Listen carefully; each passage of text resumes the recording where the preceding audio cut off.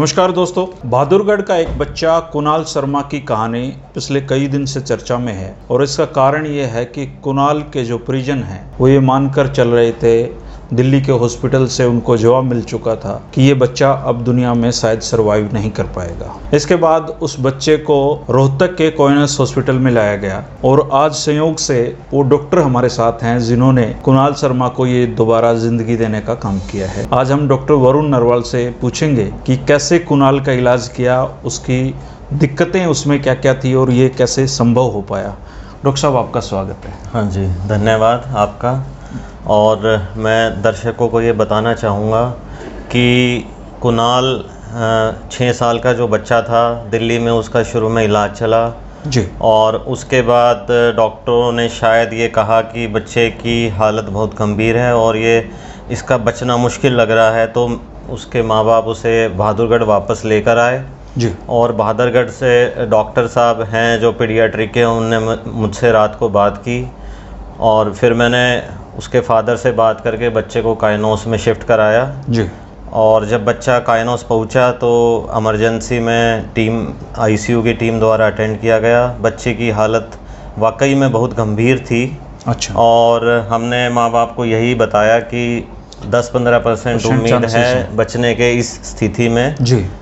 माँ बाप ने इलाज को जारी रखने के लिए हमें बोला। हमने इलाज कंटिन्यू शुरू किया, को वेंटिलेटर पे, सांस की मशीन पे डाला गया और आईसीयू में शिफ्ट किया, पीडियाट्रिक आईसीयू में जी। और इनिशियली जब बच्चे की जांच की गई तो उसमें पाया कि बच्चे के सारे मेजर ऑर्गन्स अफेक्टेड थे। अच्छा। और हार्ट वगैरह सब कुछ हाँ जी, दिक्कत में थे। जो दिल का पंपिंग था वो फंक्शन सिर्फ 15% था। अच्छा। इनिशियली बच्चा शॉक में था, ब्लड प्रेशर नहीं था उसका कुछ भी। लीवर, गुर्दे, उसका लीवर और गुर्दे भी अफेक्टेड थे अच्छे खासे। उसका पेशाब जो है कम बन रहा था इनिशियली, लेकिन अगले 24 घंटे में ही जब सारी जांचें हमने की तो हमें पता लगा कि बच्चे को टाइफाइड ना होकर MIS-C। डॉक्टर साहब, 1 मिनट में यहाँ रोकना चाहूँगा आपको। सबसे बड़ी बात यह है कि परिजनों को भी ये जानकारी नहीं थी। उन्होंने हमें जो जानकारी दी कि बच्चे को टाइफाइड था।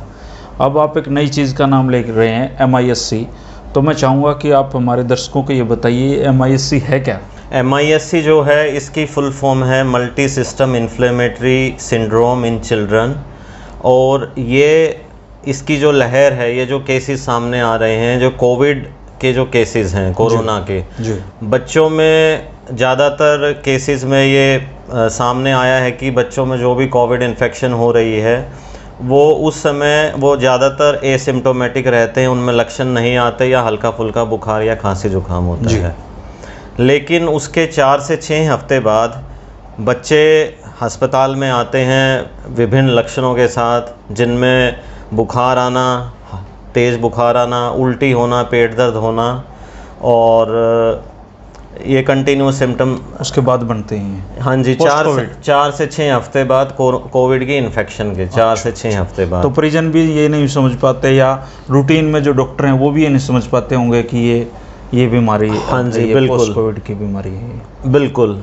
हमारे जो पूरे देश विदेश से जो खबरें आ रही हैं, जो आर्टिकल्स और पेपर रिसर्च आर्टिकल्स सामने आ रहे हैं, जो हम स्टडी कर रहे हैं, उसमें ऐसा आ रहा है सामने कि ये सिर्फ हरियाणा या देश में नहीं, भारत में नहीं, पूरी दुनिया में ये MIS-C के बच्चे केसेस सामने आ रहे हैं, जिसमें विभिन्न अंगों पे असर आता है। ये इम्यूनिटी रिलेटेड प्रॉब्लम है। अच्छा। और इससे सारे जो अंग हैं, मेजर ऑर्गन्स हैं, वो अफेक्ट होते हैं।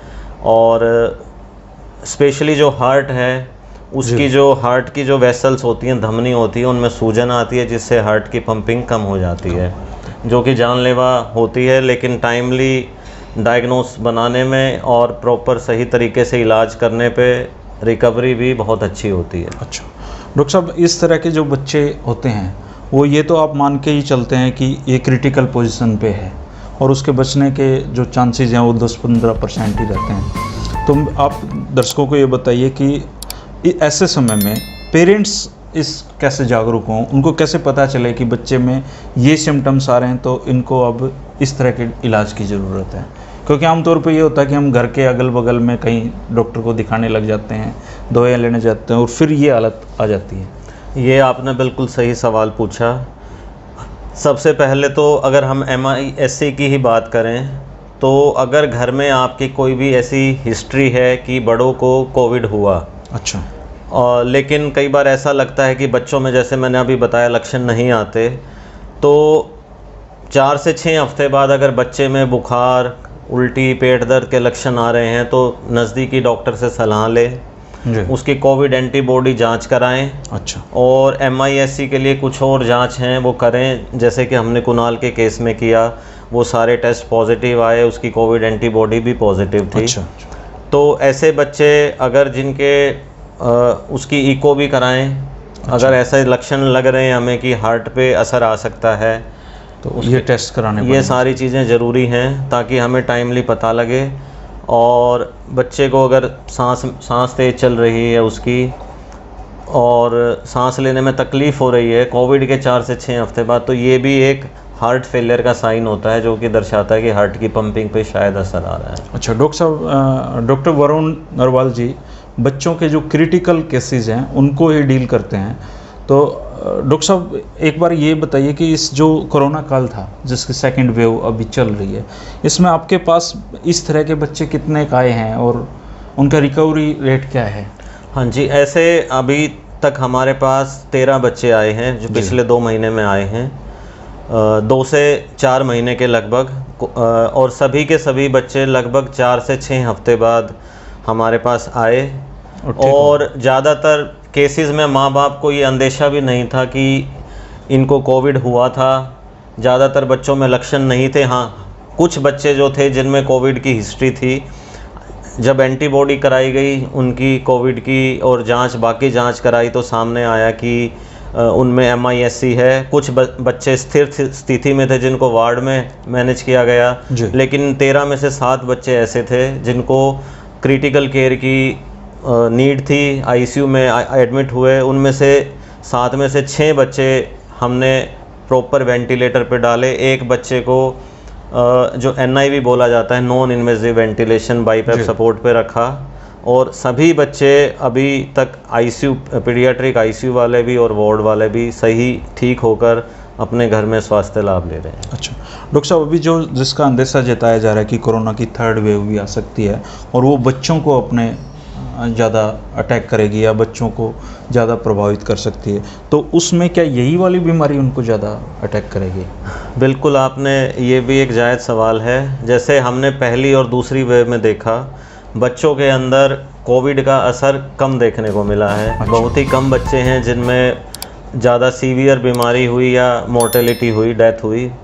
और आगे भी जो लगता है जैसे कि शायद ऐसा ही रहे, लेकिन हमें अपनी तैयारियां पूरी करनी चाहिए। और जो MIS-C है उसके लिए जागरूक होना बहुत ज़रूरी है, क्योंकि ये भी अगर समय पे हम इसको नहीं पकड़ेंगे तो ये भी जानलेवा साबित हो सकती है बच्चों के लिए। ये थे डॉक्टर वरुण नरवाल जी जो कोइनस हॉस्पिटल में क्रिटिकल जो बच्चे हैं उनका इलाज करते हैं। और ख़ास बात यह है कि ये सेना से रिटायर्ड मेजर हैं और सेना को देश के जो हमारे जवान हैं उनके बच्चों की देखभाल भी डॉक्टर साहब ने कई साल तक की है। डॉक्टर साहब, आप अभी जो बच्चों की देखभाल कर रहे हो और बच्चों को नई ज़िंदगी दे रहे हो, इसके लिए हम आपका बहुत शुक्रिया अदा करते हैं और उम्मीद करते हैं कि आप बच्चों की इसी तरीके से सेवा करते रहेंगे। बहुत बहुत धन्यवाद आपका। और कुणाल के केसेस में तो ये एक आप उदाहरण ही बन गए हो कि कैसे एक बच्चा जिसको परिजन ये सोच लिया था कि ये तो अब दुनिया में नहीं है, उसको आपने दोबारा ज़िंदगी देने का काम किया है। इसके लिए हम आपका बहुत धन्यवाद करते हैं। और दर्शक भी कमेंट करें कि डॉक्टर वरुण नरवाल जी के काम को देखकर, इनसे बात करके आपको कैसा लगा है। बच्चों की बीमारी से रिलेटेड अगर आपका कोई सवाल हो, पोस्ट कोविड के बाद बच्चों में क्या असर हो रहा है या घर में ऐसा कोई बच्चा है, तो आप वरुण नरवाल जी से कमेंट करके राय ले सकते हैं। ये उसके लिए ज़रूर समय निकालेंगे। शुक्रिया डॉक्टर साहब। धन्यवाद। मैं आखिर में जाते हुए एक बात और ज़रूर कहना चाहूँगा कोविड के बारे में। जो 3rd वेव की हम बात कर रहे हैं तो उसमें हमें अभी भी, जैसे हमारे देश में केसेस कम हो रहे हैं, लेकिन हमें सावधानी बरतनी और जो कोविड का प्रोटोकॉल है जिसमें हमें मास्क लगाना और सोशल डिस्टेंसिंग मेंटेन करना, हैंड वॉशिंग करना, इसको हम कभी ना भूलें और रेगुलर करें।